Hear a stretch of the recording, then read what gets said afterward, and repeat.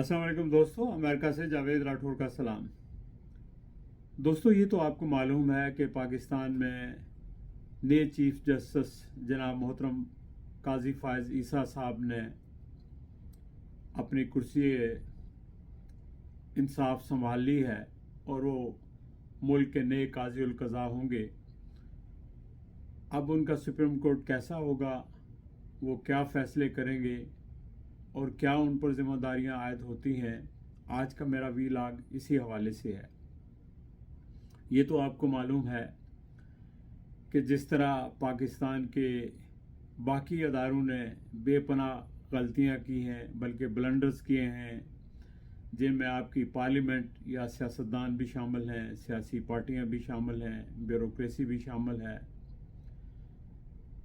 Aristocracy भी शामिल है, आपके मौलाना हजरात भी शामिल हैं और आपकी जो इस्टेब्लिशमेंट है यानी फ़ौज है वो भी शामिल है।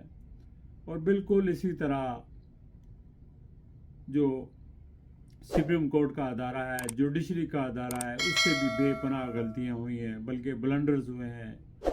सबसे पहली गलती तो उस वक्त हुई जब जस्टिस मुनीर ने मौलवी तमीज़ुद्दीन के केस में नेसेसिटी का नज़रिया ज़रूरत देकर उसको जायज़ करार दिया असम्बलियों की डिसोल्यूशन को। तब से एक रवायत शुरू हुई। फिर उसके बाद आप देख लेंगे मौलवी मुश्ताक का दौर आया, नसीम हसन शाह, जस्टिस कयूम को जिस तरह फ़ोन करके फ़ैसले करने का हुक्म दिया जाता था। फिर उसके बाद जो भी जस्टिस साकिब निसार आए, जस्टिस खोसा आए, जस्टिस बंदयाल आए, तो सभी जो अदवार हैं उनमें कुछ ना कुछ गलतियां ज़रूर हुई हैं और उन गलतियों की सज़ा सिर्फ सुप्रीम कोर्ट को नहीं भुगतना पड़ी, सिर्फ सियासतदानों को नहीं भुगतना पड़ी, बल्कि पाकिस्तान के अवाम को भुगतना पड़ी, पाकिस्तान के इमेज को भुगतना पड़ी। और अब अगर काजी फायज़ ईसा साहब कहते हैं कि मैं किसी फ़ैसले का पाबंद नहीं, मैं आइन का पाबंद हूँ, तो ये बहुत बड़ी बात है और खुश आइन बात है।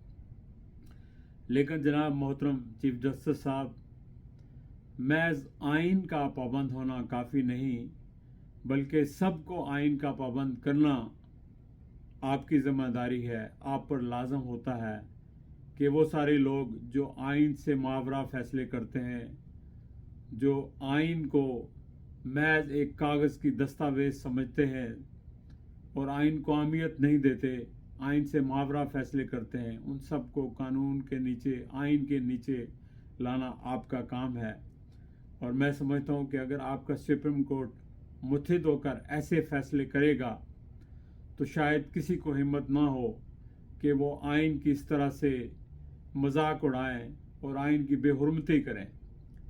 लेकिन इसके लिए सबसे पहले ज़रूरी है कि आप एक ऐसा फुल कोर्ट मीटिंग बुलाएं, उसमें आपकी अदलिया, आपके जजेस, जो पहले फ़ैसले किए गए, गलत फ़ैसले किए गए जुडिशरी की तरफ से, उन फ़ैसलों के ऊपर कौम से माफ़ी मांगें कि हमारी जुडिशरी ने, हमारी अदलिया ने जो फ़ैसले गलत किए हैं उस पर हम कौम के सामने शर्मिंदा हैं, कौम से माफ़ी मांगते हैं, अल्लाह ताला से माफ़ी मांगते हैं और आइंदा के लिए ये ऐद करते हैं कि कोई फ़ैसला आइन और इंसाफ के बरक्स नहीं करेंगे, चाहे कितना ही दबाव हो, चाहे कितनी ही लालच हो, चाहे कितना ही इनाम मिले।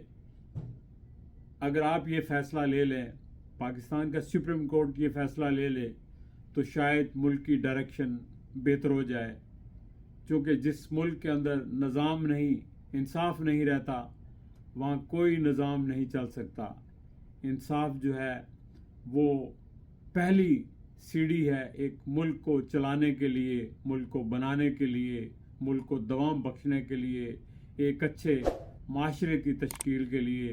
अगर किसी माशरे के अंदर, किसी मुल्क के अंदर इंसाफ का निज़ाम सही नहीं है तो वहाँ कोई बेहतरी नहीं आ सकती, ना कोई प्रोग्रेस हो सकती है, ना माशी खुशहाली हो सकती है।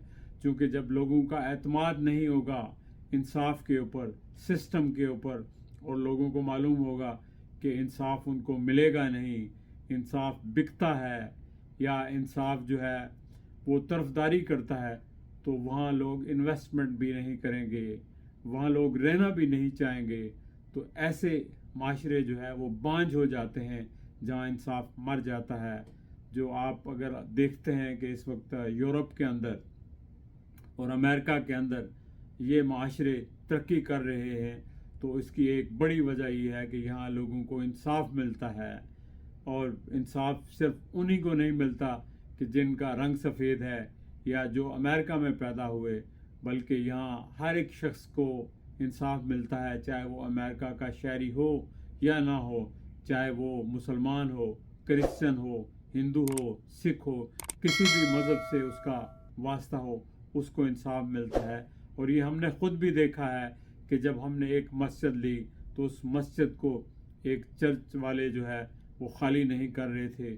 ہم جب کورٹ میں گئے تو عدالت نے بلا کر ان کو 30 دن کا نوٹس دیا اور کہا کہ اگر 30 دن کے اندر یہ چرچ مسلمانوں کے حوالے نہ کیا، چونکہ مسلمان اس کی پیمنٹ کر چکے ہیں، تو آپ کا سامان باہر پھینک دیا جائے گا.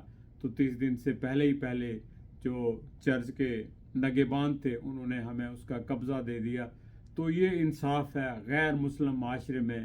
ہمارا معاشرہ اسلامی معاشرہ ہے، مسلمان معاشرہ ہے کہنے کو، لیکن عملاً ہمارے ہاں کوئی اسلام والی یا مسلمانوں والی چیز نظر نہیں آتی.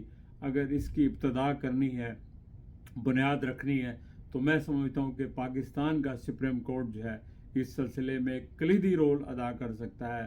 اور قاضی فائز عیسیٰ صاحب، اگر آپ بے پرواہ ہو جائیں کسی تعلق کی وجہ سے یا کسی رغبت کی وجہ سے یا کسی فائدے کی وجہ سے یا کسی شہرت کی وجہ سے ہر چیز کو آپ نظر انداز کر کے صرف اللہ تعالیٰ کی خوشنودی کو سامنے رکھیں اور آئین کی بالادستی کو اور آئین کو سامنے رکھیں تو ملک کے جو معاملات ہیں ان کو درست کر سکتے ہیں. میری تو یہ دعا ہے آپ سے کہ اللہ تعالیٰ آپ کو یہ ہمت اور توفیق دے کہ آپ پاکستان کا جو نظام ہے جو اس وقت بگڑ چکا ہے، پاکستان کا تقریباً ہر ڈپارٹمنٹ جو ہے وہ دیوالیہ ہونے کے قریب ہے یا ہو چکا ہے. ہر جگہ لوگوں کے اندر ایک سراسیمگی ہے، ایک مایوسی ہے، ایک اکتاہٹ ہے. تو ایک یعنی پاکستان کے اندر ماحول ایسا ہے کہ لوگوں کے اندر گھٹن ہے. لوگوں کو انصاف دیں. لوگ جو جیلوں میں بند ہیں، جن کے اوپر جھوٹے کیس بنائے گئے ہیں، وہ لوگ جن کو اغوا کیا گیا ہے، جو مسنگ پرسنس ہیں، جو جھوٹے کیسوں میں پابند ہیں جیلوں کے اندر، ان لوگوں کو انصاف دینا آپ کا فرض ہے. آئین اور قانون کی بالادستی، شہریوں کے حقوق کا تحفظ، شہریوں کی آزادی کا تحفظ، یہ آپ کا فرض ہے اور آپ کو یہ حق ادا کرنا چاہیے.